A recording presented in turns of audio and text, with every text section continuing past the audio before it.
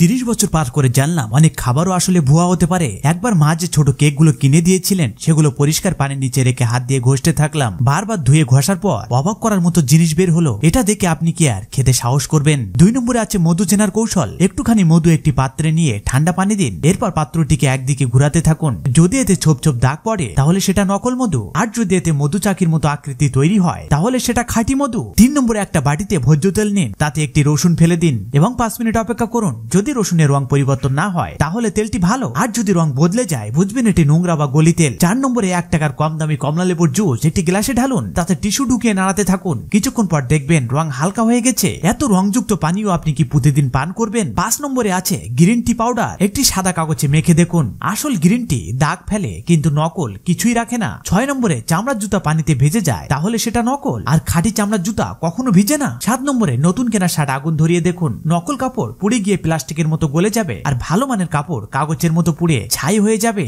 8 নম্বরে গরম পানিতে একটু মাখন দিন, চামচ দিয়ে নাড়ান, যদি ধীরে ধীরে গলে যায় সেটা আসল, আর যদি তুলোর মতো জমে থাকে সেটা কৃত্রিম বা নকল মাখন। 9 নম্বরে সুপার শপ থেকে কাটা ফল না কেনার পরামর্শ। এগুলো অনেক সময় পচে যাওয়া ফল কেটে সুন্দর করে সাজিয়ে বিক্রি করা হয়। 10 নম্বরে ডিম বাছাইয়ের কৌশল শিখুন। বড় ডিম না, ছোট ডিম কিনুন, কারণ এগুলো কম বয়সী মুরগির ডিম, খেতে আরো নরম ও সুস্বাদু। ডিম নাড়িয়ে দেখুন, যদি ভেতরে ঝাঁকুনির মতো লাগে তাহলে সেটা বাসি, আবার খোসা যদি খসখসে হয় তাহলে সেটা টাটকা ডিম। বেশি পুরনো হলে খোসা মসৃণ হয়। নিত্যদিনের জীবনের আরো মজার টিপস পেতে আমাকে ফলো করুন এবং লাইক ও কমেন্ট করতে ভুলবেন না।